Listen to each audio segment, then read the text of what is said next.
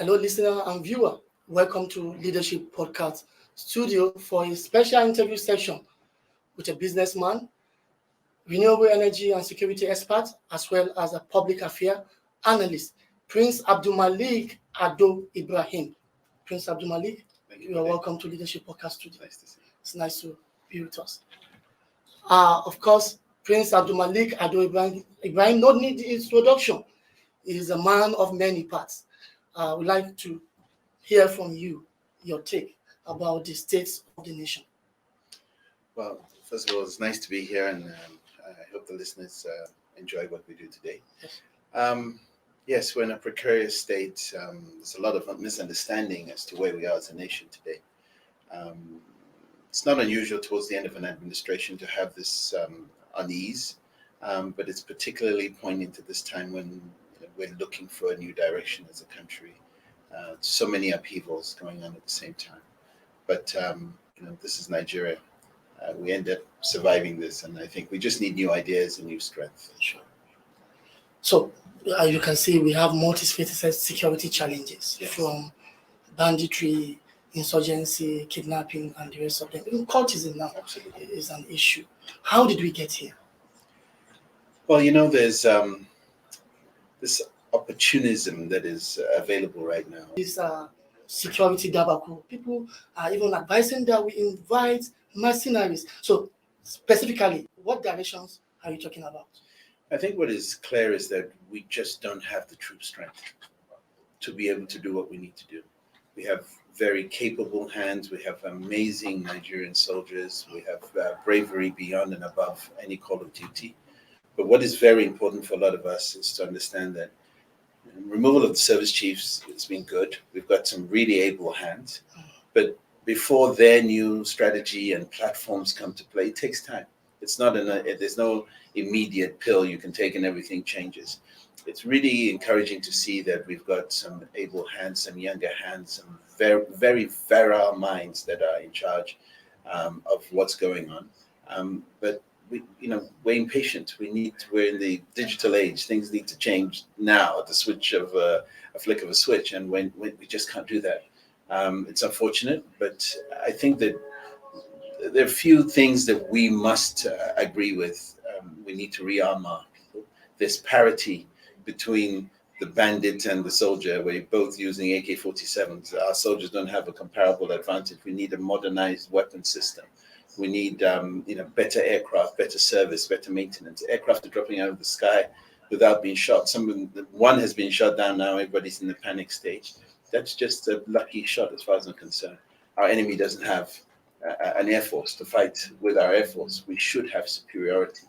But when skirmishes in different parts of the country, in the northeast, the northwest, the south, the east, the great thing is that we don't have an external enemy. If we did, we'd be in some serious trouble. So I think we just have to retool and refocus ourselves and prioritize where we want the security infrastructure to focus. We need to get our civilian infrastructure for security back on track. Police need to have the tools to police. We need to have our civil defense be more active. Everything has disappeared. We just seem to be calling the last resort as the first responder. The army is the panacea for everything, and it can't be. And so there's some strategic thinking I think we need to have at the highest level as to where our security elements are placed. Prioritize things. Yes, we need a police force. It needs to be able, it needs to be active, it needs to be modern. But we need an escalation point between that and the soldiers. We cannot put our troops in that position. They're trained to do one thing: shoot to kill. They don't ask you for whether you've broken the law or anything. They're told to do something, so you really can't blame them for that. But we need a civilian force that understands the rule of law, and then we get a better country. So if the last resort is actually being called as a first responder, Yes. like you said, it means that could be one of the reasons the armed forces are overwhelmed, because I know for sure they are currently involved in internal security operation in about 30 states. Absolutely. And that is really where the public are not happy. We feel like we're in a state of coup. in an emergency situation. And that's a mental feeling. It's a spiritual feeling that what happens if the army can't control? Then we have we've got nothing. So our hope is that as we go into a different Nigeria come 2023, we're planning these things. We want someone to come in and be ready to rule, to lead. We just don't want a president because it's a name. We want a leader that understands where these problems are and bring tools, bring able minds. And if we don't have the Nigerians to do that, let's cooperate with people, teach, train, and then execute. We're building a nation. We're in the 60s as our nation. We're not compared to anybody else. Our problem is peculiar to our country. We need a uniter in chief. And that's where we need to be focusing our attentions on security. Get the police to do the civil work. We don't need everybody armed. Customs are armed, police are armed, civil defense are armed, bandits are armed, everybody's armed. We're in a state of siege, and it's a mental state of siege. This is an amazing country. It does amazing things, but we don't need to be carrying guns to be able to portray ourselves and our strength. There's so many wonderful things we can do here. So given your knowledge of this Nigerian security sector, what would you say have happened to Nigerians over the years, given our exploits on the platform of ECOMOG in Liberia, Absolutely. Sierra Leone, international peacekeeping mission, Absolutely. Burma, Congo, and the rest of them. Yes. So what has happened to us? Well, there's a historical element that comes to play here. In the days where Nigeria was the peacemaker around Africa and other parts of the world, we're famed for doing incredible feats of bravery, and we're victorious as a nation. We've liberated so many countries. Nigeria, you heard the name, or a Nigerian platoon was somewhere, everybody would disappear. We've shown skills above and beyond anything else. And I think that there was this idea that the army would always be a threat when it came back home. And so we removed power, we removed professionalism, the civilian government came in, and instead of putting more emphasis on the training of the position of the military within a democratic nation, we were afraid of our military. So we defanged, the lion, and it just becomes a pet. And people have understood that. Internally, our enemies from within completely understand that we don't have it. Our troop strength as a nation is 100,000 soldiers in a country of 200 million people. It's just not. It's not possible to project strength that way. Yes, okay, we don't want to be a militarized nation, but we also understand that we're an English country surrounded by French countries that don't really like us. We don't speak the same language. We're the strength of Africa. Nigeria coughs, everybody gets a cold. There's envy around us. Sure. So we need to also up our game in many ways. Our border security is one. It's not just the security of the army and the troops and this optics of I've got a gun so I can protect you.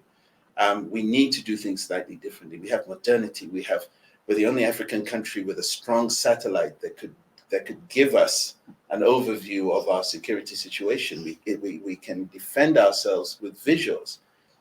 It's modernity, but people don't. I think things have changed. When Obasanjo put that space program, there was no continuity. We could dominate the African continent with visuals. We can see things before they happen. In fact, when NAJCOMSAT went up, it was the first satellite to pick up the Katrina issue in the US when the tsunami came through. So we've just lost some of those edges that we created, lack of continuity, lack of visionaries. And those tools could have been used also for security. I think the biggest problem, as far as I'm concerned, as far as security is concerned, is power. If you don't give your nation electrical power. Prince Abdulmalik, let's hang it there. We'll continue on that note. We need to go on a short break. And when we come back, we'll look at the role of power in the mix and as well as politics.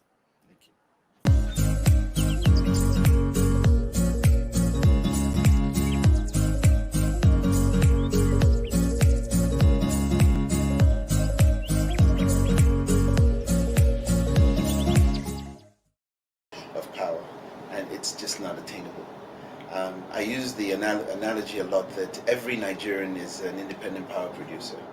Every Nigerian is a country. You produce your own power, you got your own borehole, you have your own security, you do everything for yourself. That's what a nation's government is supposed to do for you. So one of the things we need to do is have a Marshall Plan, and it starts with some basic things we need to do. Security is one of them for sure. Power, I think, is paramount. Infrastructure and education. With the power issue, if people have power, standard of living is better, education is better. We have the opportunity to create wealth with power. I can be a grinder, I could be a barber, I don't need to go and buy a generator to be able to do that. And that gives hope. Hope doesn't allow me to go pick up a bomb or a gun. Hope is that feeling that I can make it. And we have to bring the Nigerian dream back. And I believe that if we don't focus on generating power using every means possible, then we failed as a nation, and our government has failed us, because that is one of the basic human rights everybody on this earth deserves: access to power. And now we need access to clean power because of what we're seeing all over the world with fires and floods and everything else. And in my own heart of hearts, I believe Nigeria can also be a global leader in that position, because where we are positioned on this earth and the amount of solar radiation we have, we should lead, we should generate power, we should lead in the technology. We have the minds, we have incredible minds. We just need leadership, and we need to give a path to success, and the government is supposed to do that. We don't need government giving us power. Private sector can do that. So where are we regarding the clean energy, that's the renewable energy? Because I know we are lagging behind. What we see is still the use of fossil and the rest of them, or the Dead Sea energy, and we know the implication for the environment, the global warming, and the rest of them. So where are we, and how do we move regarding renewable energy? I will use the word again: visionary. We need visionary Leadership. in every sense of the word. I'll give an overused example of the desert nation of Dubai, and look at it today from what it was. At some point, they had 1 aircraft to our 30 aircraft in Nigeria Airways. Now we don't have any, and they've got God knows how many. In the way Nigeria is right now, figuring out what the energy mix needs to be is very important. At some point in the early times of this administration, 14 companies were given access to build solar plants and provide about 1 gigawatt of energy into the energy mix. And we signed contracts. I was one of those companies. We thought this is a eureka moment. Nigeria was pivoting. We were going to have an energy mix that was using the sun that God gives us and the oil that God gave us in the ground too. We had two phenomenal opportunities here to pivot out of the situation. Things were signed when Fashola was in office. Nothing was done. Till today, not even a piece of glass is on the ground to reflect the sun. That's a missed opportunity. We could have gone past that by this time and even start localization, the production of solar panels and battery systems. We have the technology. We have companies that I compete with in Nigeria on a global scale that could do all this. But the enabling environment is not there. The understanding is not there. And if your leaders don't understand what modernity is, it will permeate throughout the society that we're not doing the right things. And this goes through everything we do. Without power, we don't have anything. Without power, even our cameras for security don't work. The night vision goggles or the radios for the soldiers don't work. We need to, empower our country by providing power. And that must be the paramount task of the next administration. Get Nigeria retooled for the 21st century. We have the God-given talent. We have the minerals. We have the sunlight. We just don't have the leadership and the zeal to get there. That's what we need to be focusing on. Now, are you not shifting the goalposts when you say the task before the next administration is retooling Nigeria? Now, you and I know that we have issues with policy implementation. Yes. Policy somersault. Absolutely. Is a norm.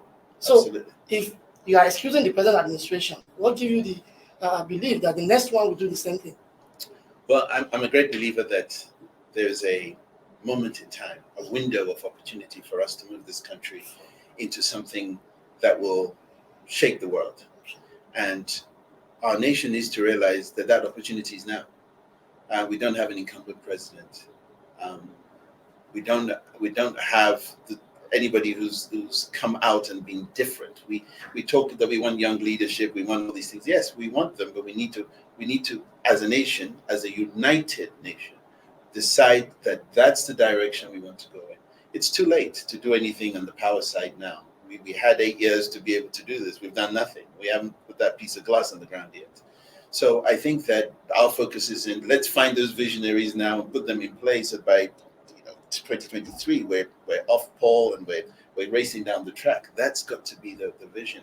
And so I'm not excusing anything. I'm just saying that in order to press that reset button for Nigeria going forward, we need to understand that some priorities. Japan had 2 atomic bombs dropped on it. Germany was devastated after the Second World War. They're world leaders now. They were built from nothing. They were in a worse position than we are today. It took visionaries. There was a Marshall Plan to build a better Germany, a better Europe. They did it. We have those tools. We have those bodies. So we just need that leader that says, I'm going to do this and I'm going to get it done. And because I'm a Nigerian, whether you're from the East or West, I want to put a square in a square, a circle in a circle. Let's fight for a better Nigeria, but forget the petty politics of religion and race and tribe and all that stuff. We'll have nothing left if we don't refocus and retool ourselves. Now, I was going to ask you the last question about insecurity before you touch the energy thing. Now, the place of politics in the insecurity mix. A lot of Nigerians believe the present government is actually putting the cart before the horse regarding fighting insecurity. For example, the issue of agitators, Sunday Igboho, Nnamdi Kanu, and the rest of them. They believe these people are symptoms of a larger problem, but that the government is going after the symptom, not the problem. Do you share in this? We're a country of 200 million people and 300 odd different tribes and everything else. Everybody wants their turn. If you have a uniter-in-chief, his sole job is to make the federal government work federally for everybody so you can feel inclusive. And everybody does their best. Everybody comes in with the best of intentions, but we have let the horse out of the barn. We let anybody that thinks that they can be a troublemaker come out. And I'll go back to that movement where even during the NSARS, they didn't bring a leader because they knew that what's happening now to individuals that want, and I think wrongly, to secede from this great country, they're doing us a disservice. They're publicly, it's personal. I want a Yoruba nation. I want an Igbo nation. And I would say I want an Ibira nation. Somebody says I want a Fulani nation. We didn't come here for that. We created a country in 1960. Divorce is easy. Staying together to fight your problems is the difficulty. And if anybody's ever been through a difficulty in a marriage, it's not smooth sailing. We all have to put our hands together. We all have to find things that unite us. It's easy to say I don't like you because of this, but I want to try to like you because you're part of me. Is where the leadership needs to come from, and our not just at the presidential level. I mean, this permeates throughout our National Assembly, our judiciary. Everything seems to be pointing towards a federal character. Yes, it's lovely. It's a great dream to have, but we need able hands on deck. I don't want to go into surgery and I have my gate man trying to take my liver out. I want somebody who's done it before and practiced it, and I want him to get me to heal better. And we have to find somebody to heal. And I keep going about this uniter-in-chief. A uniter-in-chief's job is to have that conversation. Where's the problem? Let me fix it. Individualize the problem and then fix it as a nation. It's easy to say also what I'm saying, but once you start to do that, there are less agitators. There are more people coming to you with their problems, looking to you as a leader for solutions.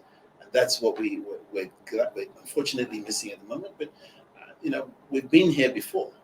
There were days when we thought the Niger Delta was going to splinter off and do something else. We found the uniter-in-chief. Yes, it's not perfect, but we didn't disintegrate. If you remember those days, everybody was worried we're going to have this thing happen. Our history teaches us we had the Biafra issue. Millions of Nigerians, not Igbos, Nigerians died because of this selfish matter of I want to be. I don't blame people to secede, but a Fulani man is not running Igbo land. An Igbo man is doing it. And if you're not happy there, then something is wrong with the leadership there. The president doesn't rule your state. Your state is run by your indigent. So we really need to, at that level, start to look for better heads of state. And I mean states within the federation. Our federal government is there to unite us and keep the federal elements working. But at state level, we're really suffering at a big, it's political, it's cultism of a person. And we need to find people who are uniters, who are leaders, who take things down to the grassroots. And in my own opinion, one of the things we did wrong was to take the traditional rulers out of what goes on. They are the biggest security tool we have, and we forgot them. A traditional ruler is in your village. He knows everybody there. He knows when some crazy guy is doing something, where a kidnapper brings somebody, he knows. But who does he tell? The local government chairman who can fire him tomorrow?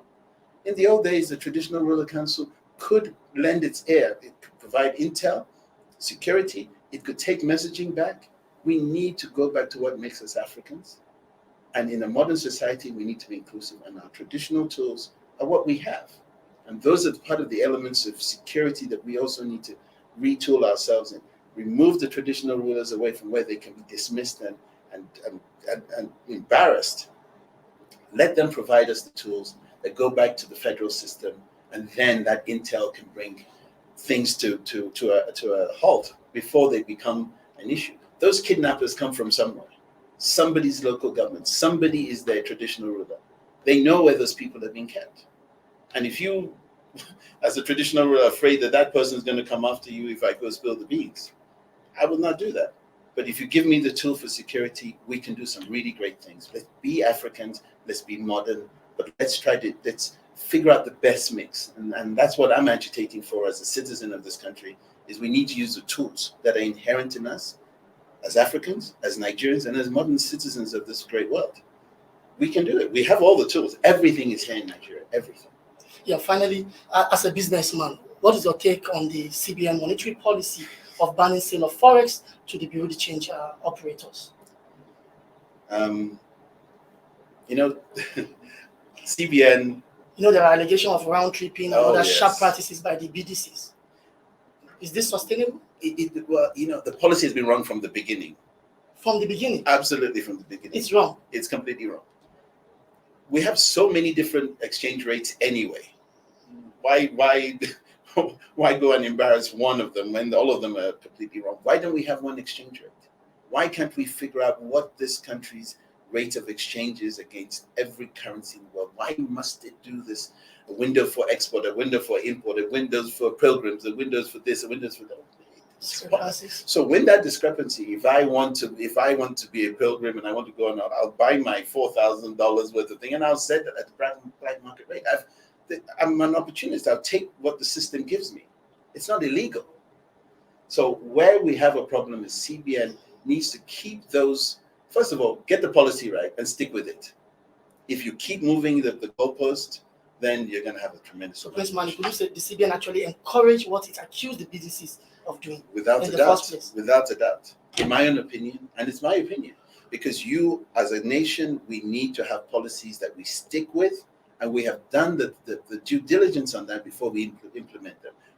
Implementing something yesterday, no tomorrow, yesterday, no tomorrow. Well, you know for sure that's round tripping stuff. It's been happening forever. We should have cut that window off. And that window has allowed that BDC system to be abused. There are people who do it right, and there are people who do it very wrong. And yes, terrorism will be there. Kidnappers will use it. Today, cryptocurrency is good. Everything will happen to that because you've given an enabling environment for that.